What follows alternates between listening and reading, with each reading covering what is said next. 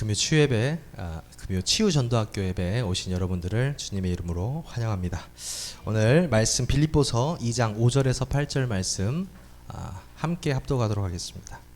우리 빌립보서 2장 5절에서 8절 말씀입니다.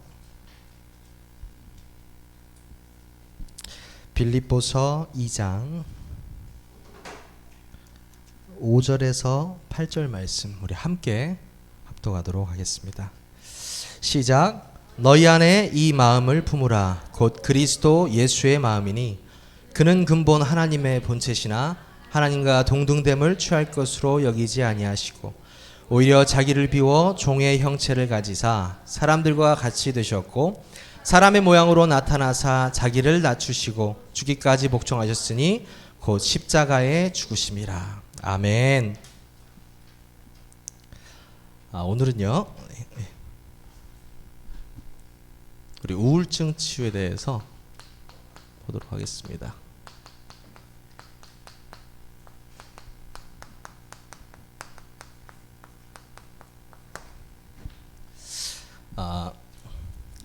여러분, 이 우울증이라는 건 사실 겪어보지 않은 사람은 잘 모르는데요. 보통 이 우울증에 대해서 사람들이 말하기를 마음의 감기라고 합니다. 우울함이 일시적으로 이렇게 기분만 저하되는 것이 아니고 전반적으로 정신 기능이 완전히 저하된 상태를 이야기하거든요. 학술적으로는요. 이게 이제 굉장히 심해지게 되면 자살까지 갈 수 있는 굉장히 무서운 뇌질환이다. 이렇게 학술적으로는 정의를 하고 있습니다. 제 주위에서는요. 이 우울증 관련돼서 이 산후 우울증 있으신 분도 굉장히 많이 제가 봐요.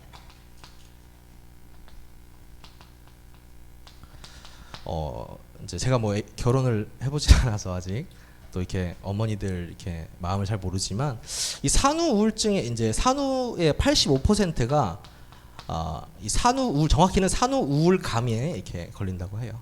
그래서 이 85% 중에 한 10% 정도가 우울증으로 발전하고 여기서 또 이제 극소수가 정신병으로 발전하기도 한다고 합니다.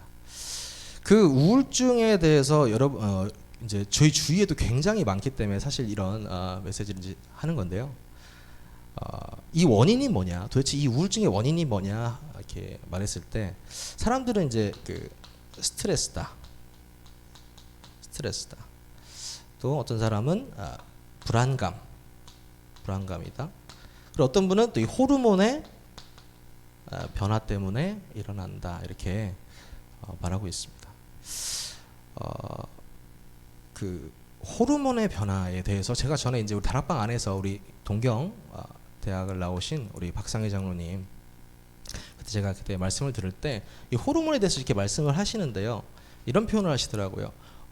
사람이 오줌 매려운데 화장실 가고 싶은데 화장실을 못 가게 하면 되냐? 그러니까 우울증이 왔을 때 이 호르몬의 역할, 이게 육신적으로 분비된 호르몬이 조절을 해줘야 되는데 무조건 기도만 하면 되겠냐? 같이 해야 된다라는 이런 말. 저 거기에 되게 동감하고요.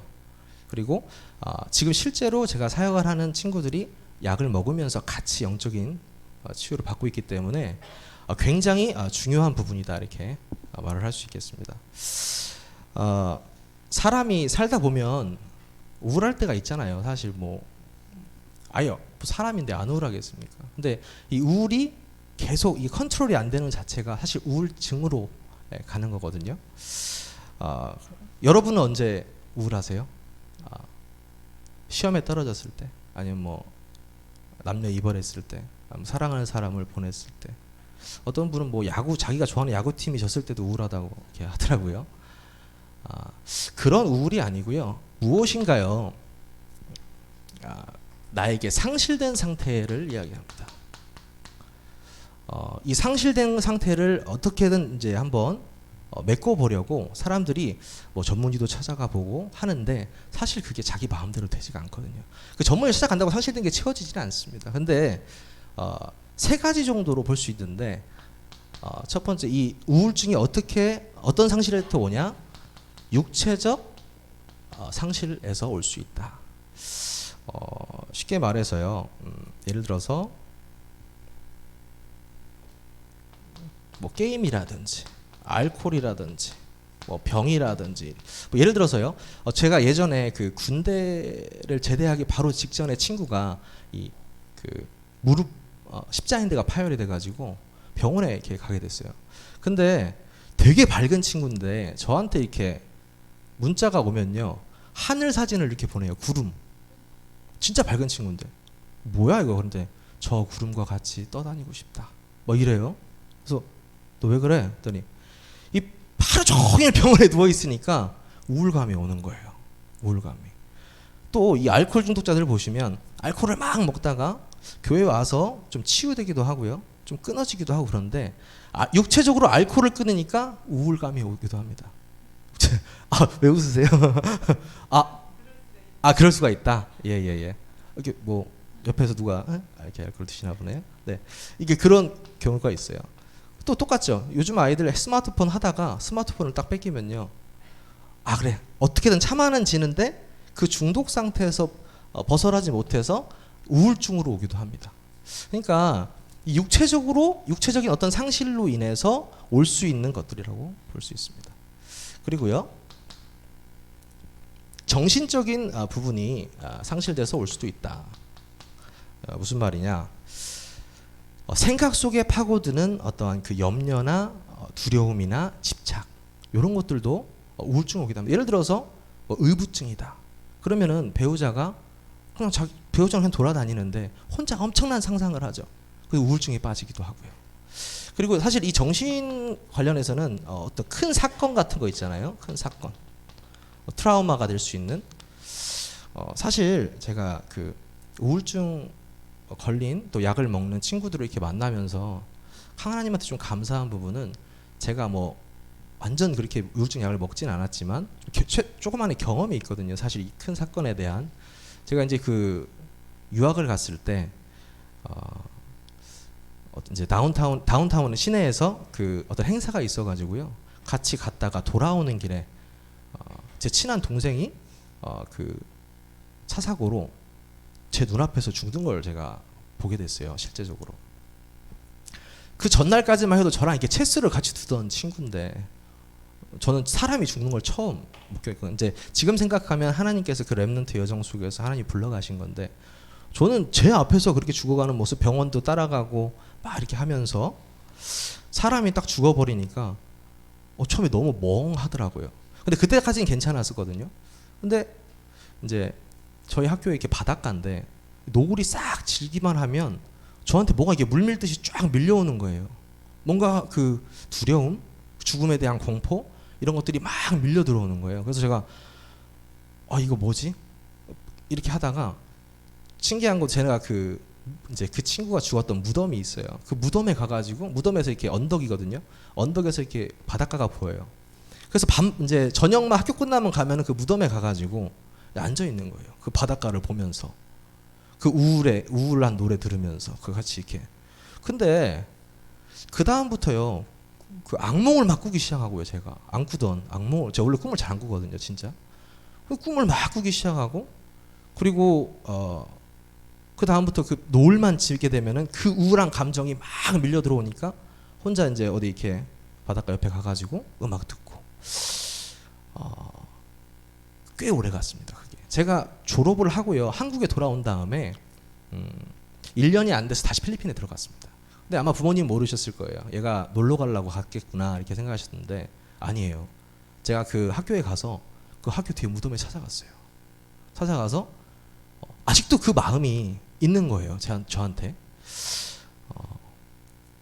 약간을 좀 체험한 것 같아요. 그런 부분에서 좀 이렇게 밀려오는 듯한. 그래서 우울증 걸리신 분들 이렇게 만나서 저한테 얘기할 때 전도사님 모를 거예요.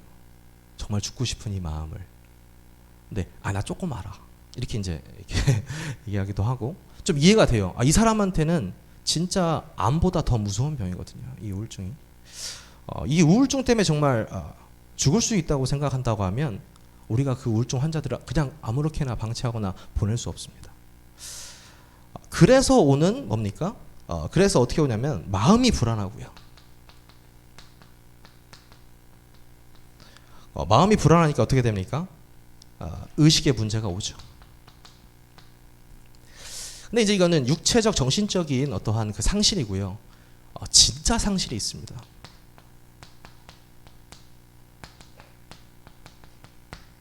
굉장히 중요합니다. 이 영적 상실에서 가장 중요한 거는 여러분도 너무나 잘 아시는 이 하나님을 떠난 거잖아요. 근데 이제 제일 중요한 거죠. 여기는 좀 자세히 짚고 넘어가겠습니다. 하나님은 누구십니까? 하나님은요, 영이십니다. 눈에 보이지 않으시죠? 하나님은 영이시면서 창조주십니다. 하나님은 자기를 어떻게 나타내십니까? 태초에 말씀이 계시니라 그 말씀이 함께 계셨으니 그 말씀이 곧 하나님이다. 하나님께서는요, 말씀으로 자신을 나타내십니다. 하나님은요, 이 말씀 어떻게 하시냐? 천지를 창조하셨습니다. 천지를 창조하시고 며칠 동안 창조하셨습니까? 6일 동안 창조하셨어요. 그 6일 동안 창조하신 다음에 7일 날 안식하셨습니다. 사람들이 하나님도 피곤하구나. 6일 동안 천지 창조하셨으니까 하루는 쉬어야지. 아닙니다. 하나님의 천지 창조는 너무나 완벽하기 때문에 더 이상 하실 일이 없는 겁니다. 그래서 이 7일째 안식하셨고요. 그 안식을 누구에게 다 주셨습니까? 우리 인간에게 다 주셨습니다. 그 안식을 계속해서 누리라고. 그래서 주신 게 언약입니다. 너희가 계속 이 안식을 누리기 위해서 주신 것. 언약입니다.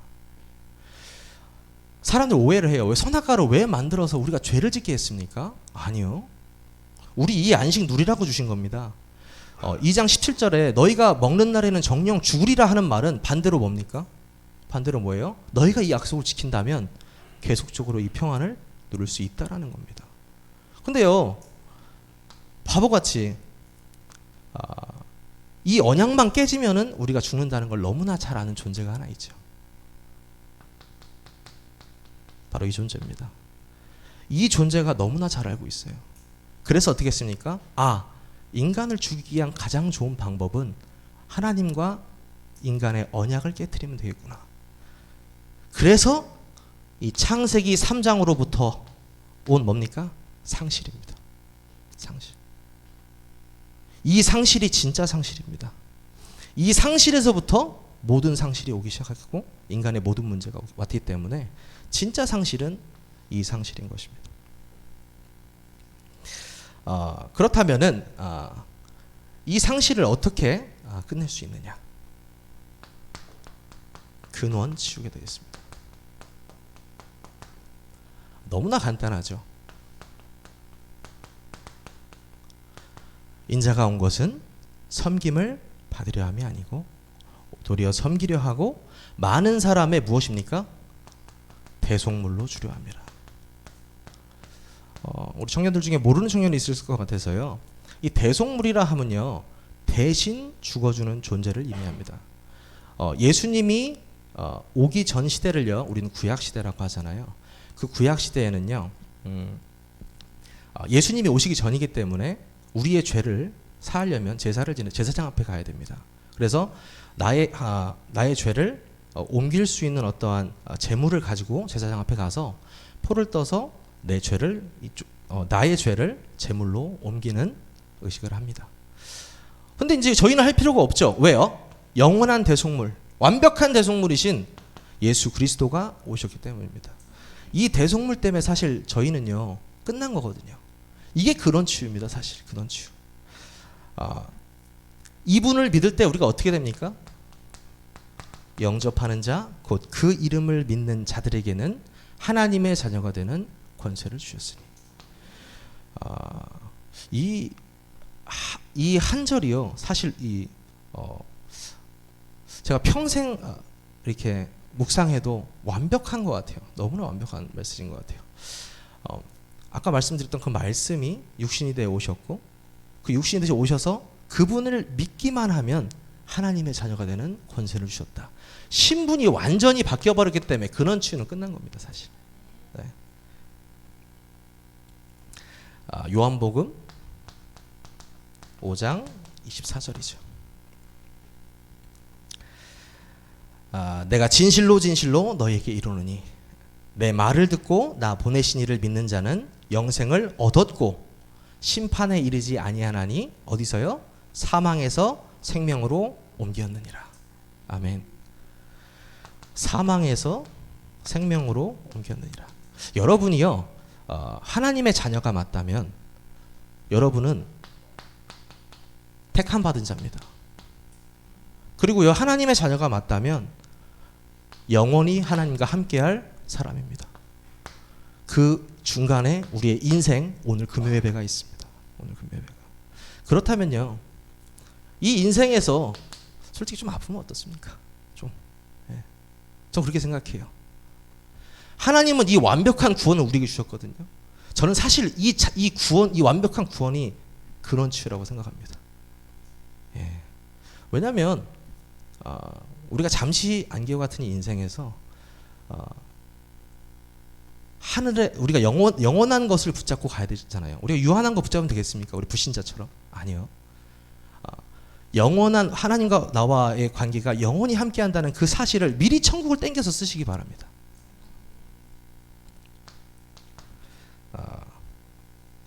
그래서 예수님께서 뭐라고 하셨습니까? 수고하고 무거운 짐진 자들아 다 내게로 오라. 내가 너희를 쉬게 하리라. 누구한테 가야 됩니까? 예수님한테 가야 됩니다. 딴 데 가시면 안 돼요. 예. 예수님 앞에 가야 참 쉼과 참 안식과 참 평안이 있습니다. 그것이 어떤 것입니까? 근원치유입니다. 이 부분을 꼭 마음속에 담아놓으시면 좋겠습니다. 우울증은요, 영적인 힘을 얻는 길이다.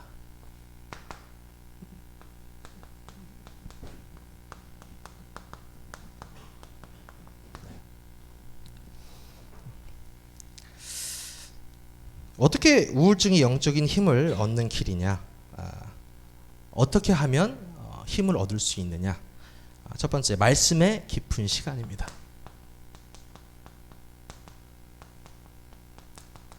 앞에도 설명했듯이 이 말씀은 곧 뭡니까? 하나님입니다.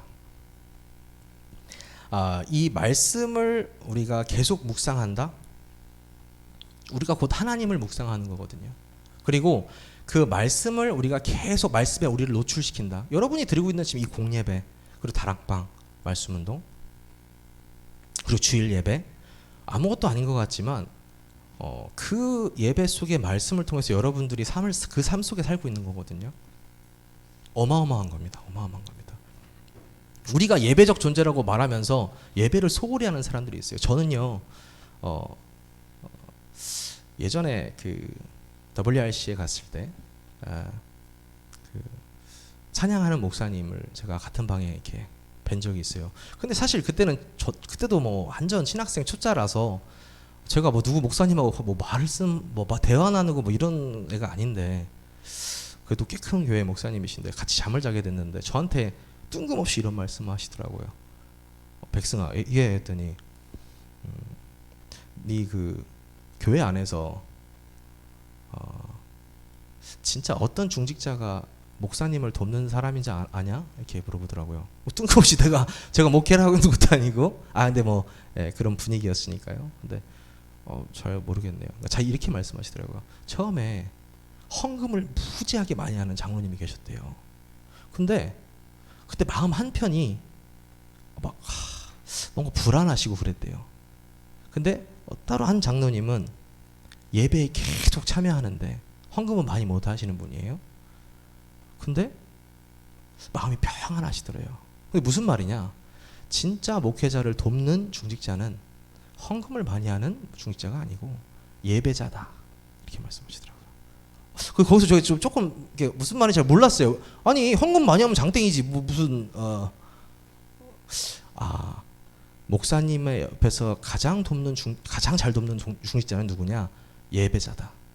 여러분들이 그 예배자가 되시기 바랍니다. 다른 거에는 목숨 걸지 않아도 이 예배에 목숨 거시기 바랍니다.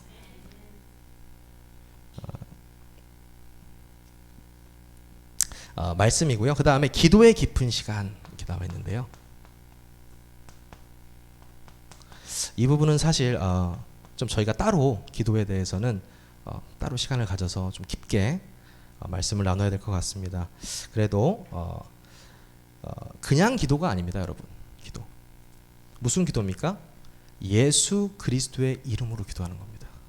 그냥 기도 아닙니다. 모든 종교가 기도하고 있거든요. 기도는 행위가 아닙니다, 여러분. 여러분은 기도에서 제일 중요한 게 뭐라고 생각하세요? 제일 중요한 건 사실 대상, 기도의 대상. 당연하지, 하나님이죠. 그리고 가장 중요한 거는 뭐냐? 자격입니다. 아무리 기도해도요, 내가 자격이 안 되는데 기도 어떻게 합니까? 일단 내 신분이 자격이 돼야 됩니다. 기도에서 제일 중요한 거는 바로 이 자격입니다. 정말 당신이 나의 원죄 때문에 십자가에서 예수 그리스도가 죽었다는 그 사실을 믿느냐? 그 믿는 자가 바로 자격이 있는 겁니다. 믿는 자로서 기도하셔야 됩니다. 신분이 바뀌고 기도하셔야 기도가 시작이 되는 겁니다. 그리고 그러면 이 기도할 때 어떤 일이 일어나냐? 첫 번째요.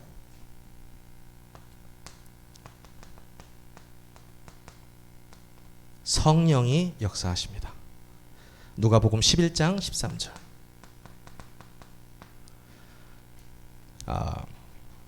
뭡니까? 너희가 악할지라도 좋은 것을 자식에게 줄 줄 알거든. 하물며 하늘 아버지께서 무엇을요? 성령을 보내주시지 않겠느냐, 이렇게 말씀하고 계십니다. 아니, 좋은 것, 나쁜 거를 말한 다음에 성령을 말했어요. 이 세상은요,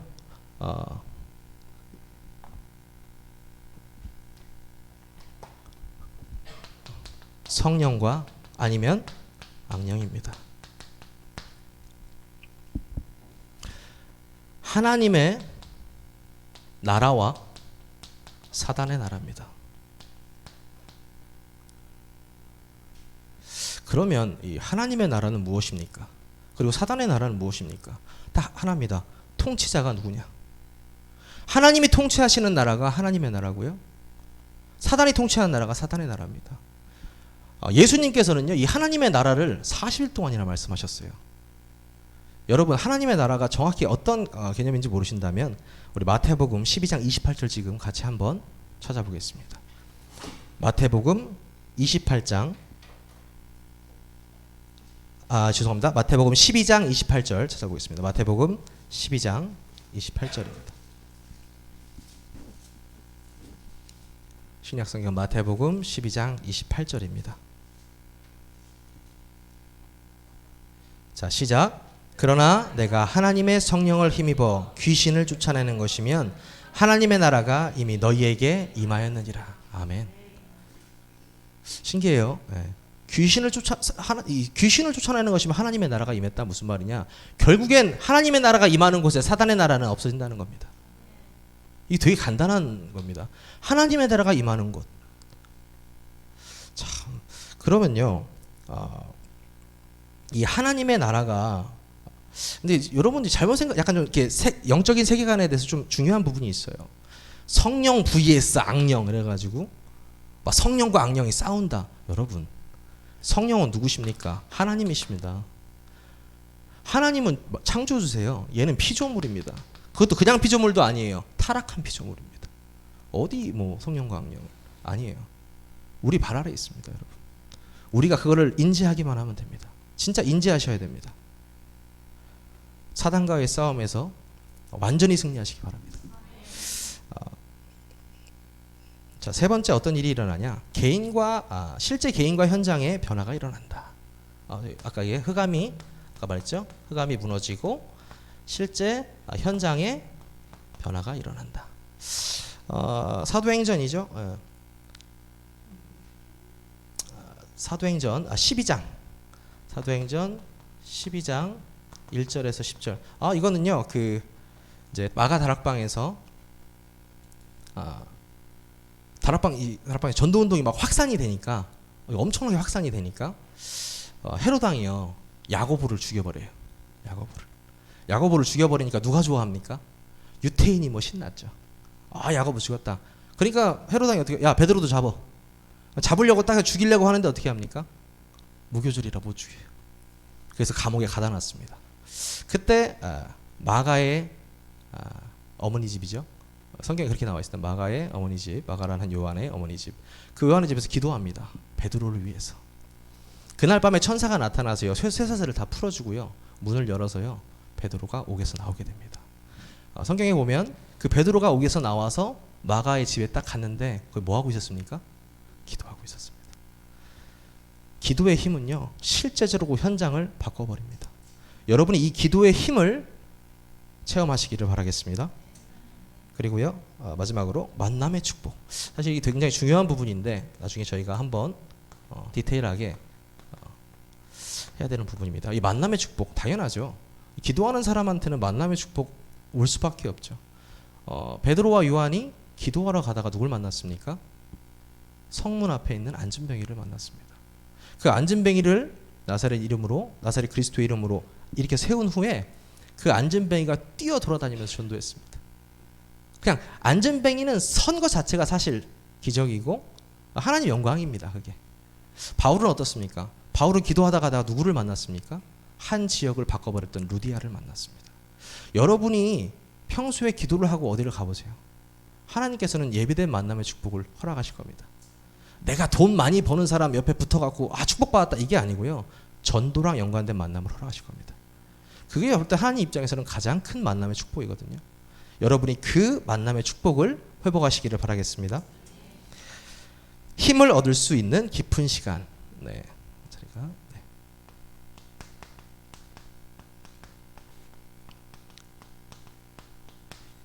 네. 깊은 시간이요. 뭐 깊은 호흡도 있겠고요, 깊은 운동도 있겠고요, 뭐 여러 가지가 있겠는데, 실제로 의사들한테 가보면 우울증 걸린 환자에게 가장 먼저 이렇게 추천하는 것이 바로 운동입니다. 운동하세요. 재밌는 운동을 해보세요. 류 목사님 메시지, 그 우울증 관련된 메시지에서도 류 목사님께서 자신이 직접 좀 우울증을 겪으셨나 봐요. 그 메시지를 보니까요. 그래서 자신은 그 육체적으로는 재밌는 운동을 시작하셨대요. 굉장히 영향이 있더랍니다. 실제적으로 의사들도 굉장히 추천을 하고요. 그리고 그 마음과 생각과 이런 치유를 할 때 무엇을 하셨냐? 묵상을 하셨는데 뭐와 함께? 호흡과 함께. 먼저 호흡 메시지를 많이 들으신 분들은 아시겠지만 그 호흡에 관해서 여러분들이 이제 너무 어렵게 생각하지 마시고요.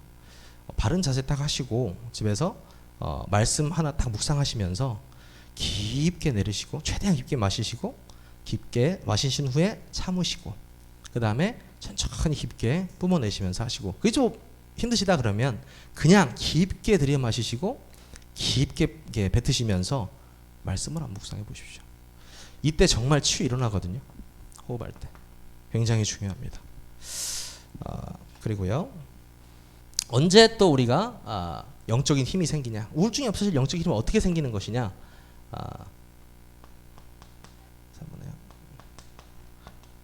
이 감사가 회복될 때입니다. 네. 그 PK들이 구원의 감격과 감사를 제일 못 느낀다고 누가 그런 얘기를 하더라고요. 어렸을 때부터 이제 모태신앙 있는 사람들이 감격과 감사가 좀 없다, 뭐 이런 말씀들을 하시는데, 사실 누가 저한테 야, 구원의 감격과 감사 회복해라 이렇게 해도 잘 안 왔는데요. 성경 말씀을 읽을 때 확 진하게 와요. 네. 내가 진짜 이 말씀을 통해서 와, 구원 받았구나라는 거, 아까 제가 말씀드렸던 이 구원에 대해서 나는 사망에서 생명으로 옮긴 사람이구나. 나는 하나님이 사랑하시는 자고 내가 그 죄와 저주에서 완전히 해방된 자구나. 그 부분이 가장 감사해야 될 부분이 아닌가. 그리고 그 감사가 회복될 때 진짜 치유가 일어난다고 생각합니다. 제가 사역하는 그 청년에게 그런 말을 한 적이 있어요. 저 오늘 안 왔는데 가장 들어야 될 사람인데 안 왔어요. 그 우울증 걸린 친구한테 이렇게 얘기했습니다. 네 그 우울증 사실 감사해야 한다. 왜? 그 우울증 때문에 네가 그 아름다운 청년의 날에 그 우울증 때문에 힘들어서 나를 만났고 복음을 받지 않았냐. 그리고 하나님을 믿게 되지 않았냐. 그리고 네가 예수의 죽으심과 부활하심을 믿고 성령이 계신다고, 네 안에 계신다는 것도 네가 이제 알게 되지 않았냐. 그리고 믿지 않았냐. 네가 구원받지 않았냐.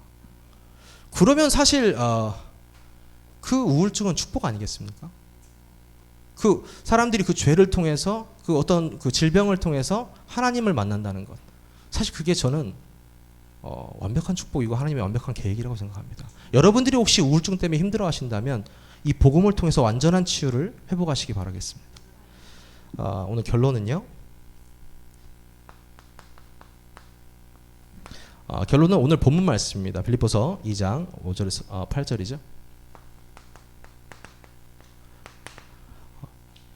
여러분의 마음에 무슨 마음을 품으라고 하고 계십니까? 그리스도 예수의 마음을 품으라고 하고 계십니다. 여러분, 그리스도 예수의 마음은 무엇입니까? 8절에 나와 있습니다. 우리 함께 읽어보겠습니다. 그리스도 예수의 마음은 무엇이냐? 빌립보서 2장 8절 시작. 사람의 모양으로 나타나사 자기를 낮추시고 죽기까지 복종하셨으니 곧 십자가에 죽으심이라. 예, 이게 뭡니까? 사실 우리가 이 마음을 품을 수 있다는 것 굉장한 은혜입니다, 여러분. 우리가 그리스도의 마음을 품을 수 있다는 것. 사실 이제 이 말씀이 믿어지면 우울증이요 굉장히 쉽게 나을 수 있습니다, 여러분. 말씀의 힘이요 여러분이 생각하는 것만큼 그렇게 약하지 않습니다. 이 말씀은 고치지 못하는 게, 왜 말씀은 하나님이거든요. 절대적으로 신뢰하시고 믿으셔야 됩니다. 여러분이 이제 이 우울에서 벗어나서요 애통한 마음으로 바뀌셔야 됩니다. 애통이란 말은 이렇게 슬프게 울부짖다, 슬프게 한탄한다 이런 말이거든요. 그 애통하는 마음을 우리가 어디에 쏟으실 겁니까? 하나님을 상실해서 우울에 빠져가지고 살아가는 저 불신자들을 향한 애통함. 그래서 저는 사실 우리 현장에서 만나는 그 우울증에서 해방된 사람들이 전 나중에 어마어마한 전도자로 탈바꿈 할 거라고 확신합니다. 그 사람들에게 복음이 들어가는 순간부터 그들의 인생과 영과 정신과 인생이 완전히 변화되는 게 제가 봤고요. 저희가 증인 아니겠습니까? 그 사람이 같은 처지에 있는 그 사람들을 살리는 현장이 올 거라고 확신합니다. 여러분들이 한 주간 이 빌립보서 2장 5절에서 8절 말씀을 묵상하시는 한 주간 되시기를 바라겠습니다. 우리 기도하겠습니다. 언약의 하나님 감사합니다. 참 치유가 무엇인지 깨닫게 하심을 감사합니다.